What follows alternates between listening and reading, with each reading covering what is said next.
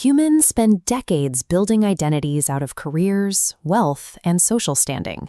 Yet these external markers share a common flaw: sudden, total collapse.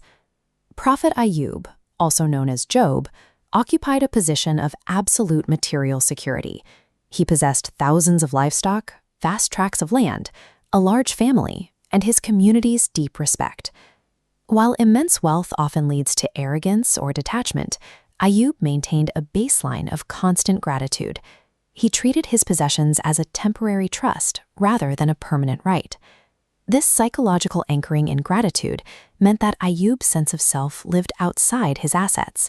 His internal world remained stable, even as his external environment began to fracture. This timeline illustrates his rapid financial collapse. Disasters and raiders instantly wiped out his flocks and crops. He possessed nothing. Facing total ruin, Ayyub fell in prostration. Naked I came, and naked I shall return. Allah gave, and Allah has taken away. The trial then targeted his family. While Ayyub's children were gathered together in a single house, the roof collapsed, killing all of them instantly. The grief of losing an entire family in one moment is a paralyzing weight. Yet Ayyub refused to question the decree of his Creator, maintaining an unbreakable patience through his sorrow. Endurance here is more than just survival.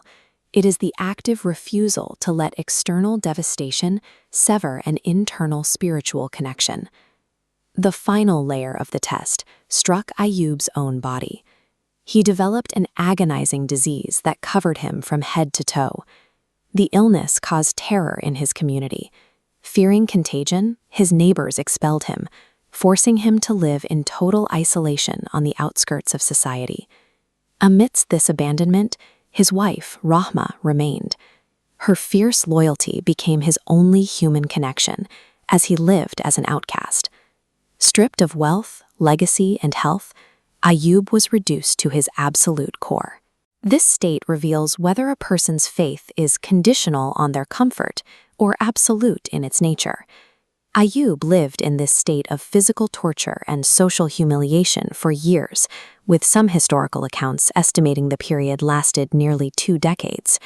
Witnessing his suffering, Rahma asked why he did not simply use his status as a prophet to ask Allah for a cure. Ayyub's logic was mathematical.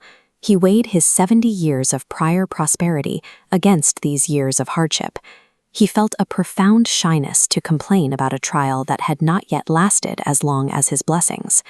This is the mechanism of Sabr. It is a state of active, radical gratitude, a psychological choice to maintain a steady heart by focusing on what was given rather than what was taken. Sabr functions as a reorientation of the mind. It forces an individual to catalog their history of ease to counter the crushing weight of their current suffering. At the absolute peak of his hardship, Ayyub finally addressed his pain in a supplication to Allah. Even then, he made no demands.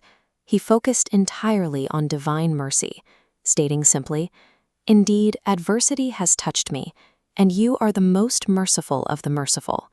The response was instantaneous. Allah commanded Ayyub to strike the ground with his foot, and a healing spring gushed from the parched earth. As he bathed and drank, his disease vanished. His youth, health, wealth, and family were restored, and then doubled. Ayyub's journey illustrates that the depth of a trial often dictates the scale of the recovery. His story stands as evidence that profound hardship is the prerequisite for ultimate ease.